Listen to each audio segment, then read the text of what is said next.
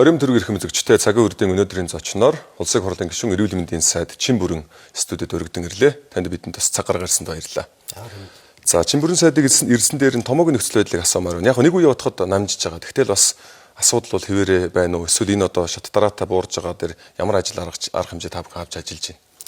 За нэгт томуудчдын удирдлын шин чанартай өвчний дэгдэлтэй холбоотой урдл ажлууд нэлээд дамжуулалтаа хийсэн. За үүний нэг хэсэг бол одоо энэ вакцинжуулалттай холбоотой. За томог эсрэг вакцин хийх ёсны 6 насны ангилалт бол 99% хийсэн. За хүрээний томуу бас одоо өнгөрсөн 2-3 жил дэлхийд даяар гараагүй учраас сүргийн дархлаа тийм сайн үүсээгүй байсан.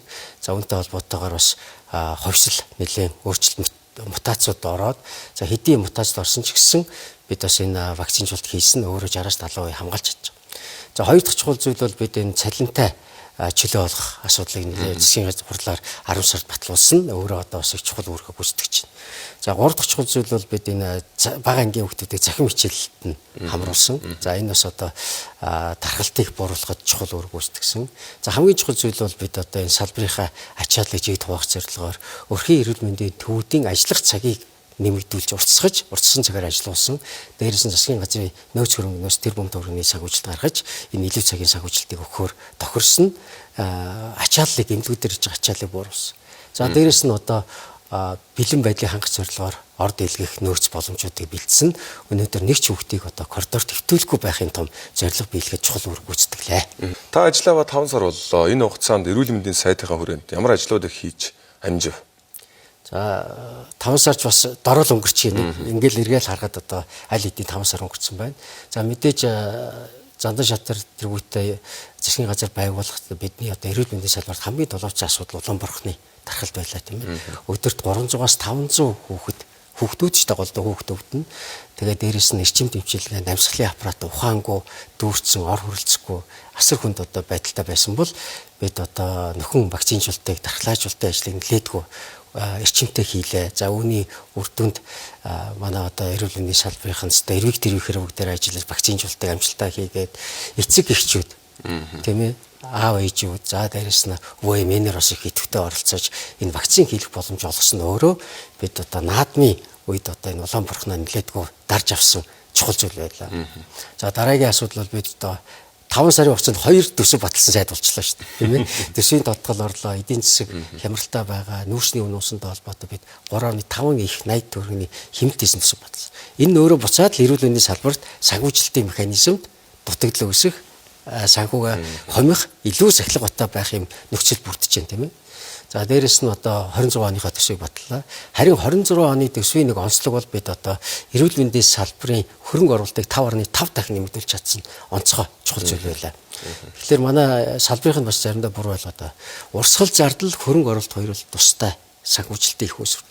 Жишээлбэл бид хөрөнгө оруулалтыг одоо 5.5 дахин нэмэхэд гол одоо хөрөнгө оруулалтын их үүсвэр нь юу вэ гэхээр нэн хөнгөлөлтөд зээлүүд байхгүй. Тэгээс байгаа мөнгийг бид одоо хөрөнгө оруулах гэдэг юм биш. Тэгэхээр энэ 100 хоногтой багтаж энэ төслүүдийг бичиж ялангуяа одоо эрүүл мэндийн сайд хүний одоо гол ажил бол Монгол улс даяараа нас баралтыг бууруулах хэрэгтэй. Тэгтэл бид аварч болох нас баралтыг бууруулах энэ том 235 сая долларын өртөгтэй төсөл бичиж үүнийг 21 аймагт та хаана амьдарч байгаасаа үл хамааран аврагдаг байх хэрэгтэй. Тийм ээ. Гэмтэл авахд, харуулт өгөхөд, шигдээс болоход аврагдаг байх энэ тогтолцоог хийх энэ 235 сая долларыг зарцуулна. За үүний үр дүнд бид 2028 он гэхэд одоо аварч болох нас баралтаа 20% бууруул. Нэгсэндээ бид одоо 6000 гаруй одоо иргэн аварч болохоор нас баралт байгаа байхгүй. Нас барж байгаа тоо дотор харахад үүнээсээ бид одоо 40% буурууллаа гэхэд нийтдээ одоо 2400 хүний амьсыг аврах энэ тогтолцоо хийх гэж байна. За энэ бол одоо ажлын чухал зүйл байлаа. Тэгээ би танаас сая бас асууя гэж бодож байсан. 28 он хүртэл ямар ажлуудыг төлөвлөж байгаа вэ гэж. Одоо эрүүл мэндийн салбар ер нь одоо зөвхөн эрүүл мэндийн чиглэлд засгийн газар сайд болгонд өөрсдөө богино хугацаанд, дунд хугацаанд, урт хугацаанд ажлуудаа төлөвлөдөг. Тэгэхээр та бол сая зарим нь дурдлаа. Дурдж амжаагүй энэ хугацаанд хийхийг зорж байгаа хамгийн чухал ажлуудаас товчхон хэлж байгаа ш. Бидний ярилцлага бас өндөрлөгдөг гэж. За дараагийн чухал зүйл бол ерөөсөө эрүүл мэндийн амьсгал суулын даатгалын санхүүжилттэй. Тэгэхээр даатгалаа зөв тогтолцоонд оруулж, даатгалыг илүү зузаатгах, баланс тэнцвэржүүлэх, алдагдaltaгүй болгох, гүйцэтгэл нь өөрөө оновчтой байх. үр дүнтэй байх, өвчин туссан улсуудыг аврах, эрсдлийг сэргийлэх энэ гол үүргээл гүйцэтгэх нь даатгалын шинжилгээ. За энэ чиглэлд бид энэ жил хийж гэн одоо эх жилд энэ хууль эрх зүйн орчинд нэмэлт өөрчлөлтүүд хийж зузаатгана. За дараагийн ажил бол эрт илрүүлгийг оновчтой болгоё гэж байгаа. Бид өнгөрсөн хугацаанд нэлээдгүй эрүүл мэндийн үйлчлэг хийсэн. Тэгвэл одоо илүү оновчтой эрт илрүүлгээ хийнэ. Бодиттой яг өвчнийг оншилдог, эрт үед нь оншилдог, оншлоод амнаас авардаг ийм тогтолцоог нэвтрүүлэхийн төв зорилго. Гурав дахь чухал зүйл бол бид эмийн чанар. Тийм ээ. Одоо бид эмийг шалгадаг лабораторийн шинжилэлд 1.4 сая долларын санхүүжилт өгөн одоо засвар үйлчилгээ хийж гэн тоног төхөөрөмжийн шинжилгээ хийж. Ингээд 26 оноос хойш Монголын зах зээл дээр байгаа эм чанартай шүү гэдгийг батлах тэрийг шалгаж чаддаг лабораторитой болчихсон. За бидэнтэй ярилцсан танд баярлалаа. Бид эрүүл мэндийн салбарт өнөөгийн нөхцөл байдал болоод одоо ирээдүйд хийх ажлуудын талаар товчхон ярилцлаа. Танд баярлалаа.